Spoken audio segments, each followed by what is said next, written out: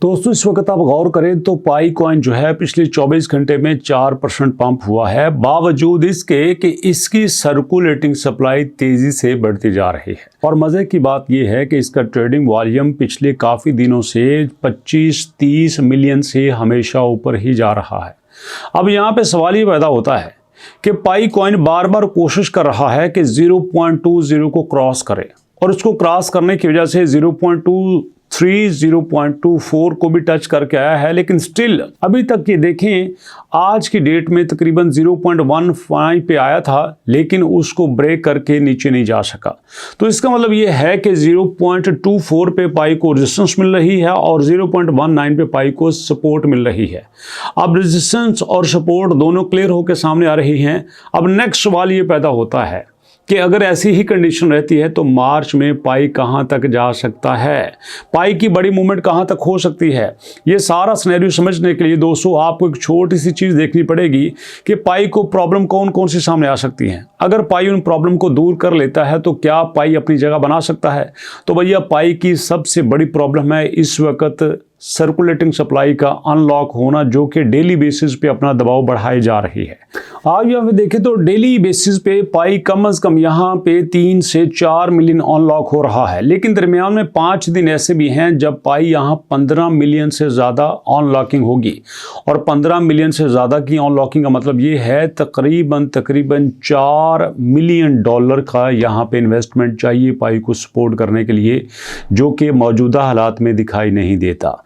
तो ऐसे में पाई की एक और बड़ी अच्छी चीज सामने भी आती है कि पाई को टीम पूरी कोशिश कर रही है कि हम किसी न किसी तरह से किसी नए फीचर के जरिए, किसी नई न्यूज के जरिए हम पाई को सपोर्ट कर सकें, और वो अपने आप में कर रही है। लेकिन ये सपोर्ट उतनी भी कारीगर दिखाई नहीं देती। कुछ लोग कहते हैं कि देखिए आज की डेट में 24 घंटे में पाई 4% पंप हुआ है, तो भैया आप साथ ये भी तो देखें बिटकॉइन भी तो 2-3% पंप हुआ है ना। जब आपका बिटकॉइन जो है वो 67,000 से 70,000 पे जा सकता है तो फिर पाई कॉइन का थोड़ा बहुत मूव होना तो बनता ही है ना। और इसी के साथ आप देखते हैं आपका BNB, आपका इथेरियम सारे थोड़े थोड़े स्ट्रांग होते हुए दिखाई दे रहे हैं। इवन के पिछले 24 घंटे में BNB जो है वो भी पाई के बराबर ही ऊपर जा रहा है। तो इसका मतलब ये है कि आज की डेट में पाई का ऊपर जाना अपने एंड पे नहीं है, ये वैसे ही क्रिप्टो में कुछ ग्रीनरी छाई हुई है। तो अगर आप लोग आज की डेट में पाई को बुलिश करता हुआ देख के कोई बड़ा डिसीजन लेंगे तो यू वर एब्सोल्युटली रॉन्ग। आप यहाँ पे बड़ी गलती कर रहे हैं, और मैं नहीं चाहूँगा कि आप यहाँ पे कोई एंट्री लें, क्योंकि यहाँ पे एंट्री लेने का मतलब ये है कि हवा में छलांग लगा देना, वो भी बगैर पैराशूट के। जब तक आपके पास क्लियर सिग्नल नहीं होंगे, जब तक आपके पास क्लियर न्यूज़ नहीं होंगी, तो आप कैसे आगे चल सकते हैं।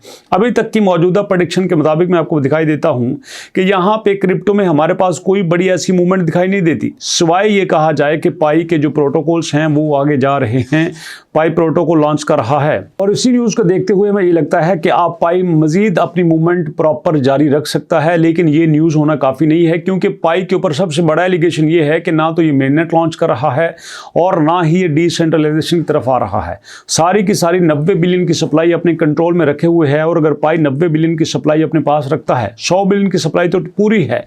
और आप देख सकते हैं कि यहाँ पे इस वक्त भी 9.6 बिलियन पूरी हो चुकी है। जब 9.6 बिलियन पूरी हो चुकी है, 10 बिलियन ये मार्केट में दे रहे हैं, 90 बिलियन अपने पास क्लेम कर रहे हैं, तो सोचिए बाकी क्या बचेगा। तो ऐसे में काफ़ी सारी ऐसी चीज़ें हैं जिनको समझना ज़रूरी है, और मैं चाहता हूं कि वो सारी चीज़ें खोल खोल के आपके सामने रखूं।